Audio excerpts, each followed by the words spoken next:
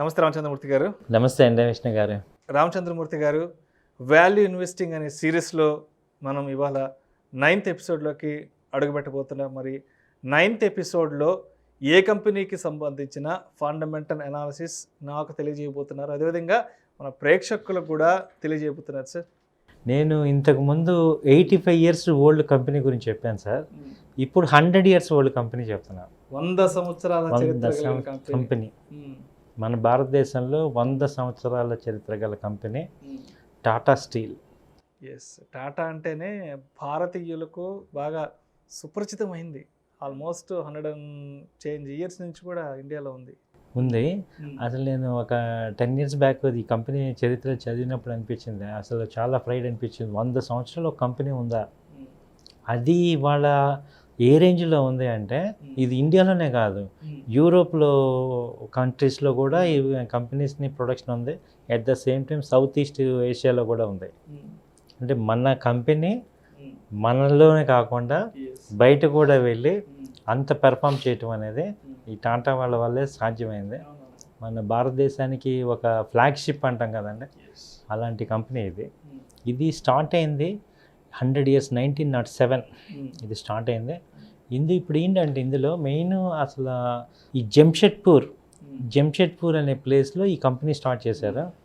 ఈ 1907లో అప్పుడు steel main ఇండియాకి పిల్లర్ ఇండస్ట్రియలైజేషన్ కోసం స్టీల్ కోసం తీసుకొచ్చిన కంపెనీ ఇది. బట్ ఇవాళ టాటా స్టీల్ అనేది మీరు ఎక్కడ చూసినా మనం నెంబర్ 1 బ్రాండ్గా వాడేది. సో ఎటువంటి బ్రిడ్జెస్ కానించి మీకు హౌస్ హోల్డ్ కానించి కార్పొరేట్స్ కానించి అన్నిటికీ ఈ కంపెనీ ప్రోడక్ట్స్ వాడుతుంటాం. రా మెటీరియల్ ఇది చాలా ఫేమస్. ఇది ఈవెన్ ఇది యూరోప్లో ఏ కంట్రీస్లో ఉంది అంటే Netherlands, UK, Germany, France, Belgium, Sweden, Turkey, ఇన్ని కంట్రీస్లో వీళ్ళ ప్లాంట్స్ ఉన్నాయి. అలాగే సౌత్ ఈస్ట్లో వచ్చి సింగపూర్, థాయిలాండ్, ఈ 2 కంట్రీస్లో కూడా ఉన్నాయి. సో ఇప్పుడు వరల్డ్లోనే ఇవాళ టాటా స్టీల్ అనేది బిగ్గెస్ట్ కంపెనీ.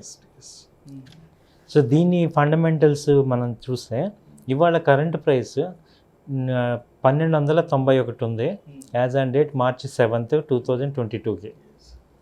సో దీని మార్కెట్ క్యాపిటలైజేషన్ వచ్చి సార్ 1,57,000 crores నేను మార్కెట్ క్యాపిటలైజేషన్ షేర్స్ కానీ. దీని ఎర్నింగ్ పర్ షేర్ 303.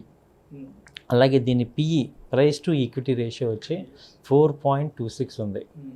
అలాగే దీని సెక్టార్ పిఈ వచ్చి 13.6 ఉంది.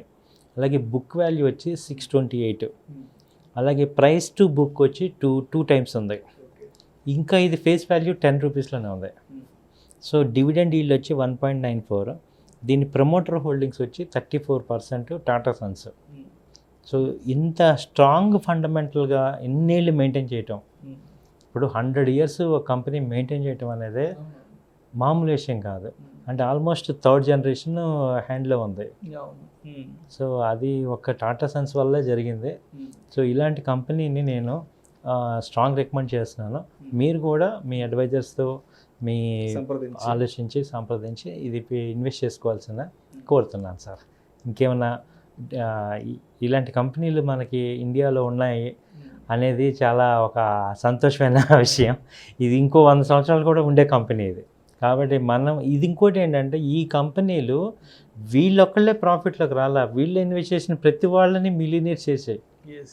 ఇప్పుడు నేను ఇందాక చెప్పిన ఇవాళ 9th ఎపిసోడ్లో చెప్పిన కంపెనీలు అన్నీ కూడా ఎవరు ఇన్వెస్ట్ చేసినా ఇప్పుడు ఇండియాలో టాప్ మిలియనీర్స్ అని చెప్పే వాళ్ళందరూ కూడా వాళ్ళందరినీ అంత స్టేజ్కి తీసుకెళ్ళింది ఈ కంపెనీలే. వాళ్ళు చేసిన ఒకే ఒక పని ఈ కంపెనీలో ఇన్వెస్ట్ చేసుకున్నారు. సో ఇన్వెస్ట్ చేసుకుంటే మనం కూడా గ్రో అవుతాం. సో ఇప్పుడు మనం ఈ కంపెనీతో పాటు మన జర్నీ కూడా వెళ్ళిపోతూ ఉంటుంది. సో అలా అవ్వాలి, మనం కూడా బాగుండాలి అనేది మన ఇద్దరి భావన. కాబట్టి సో ఈ టాటా స్టీల్ అనేది one of the way to be rich for us. Thank you sir. Thank you sir, thank you so much.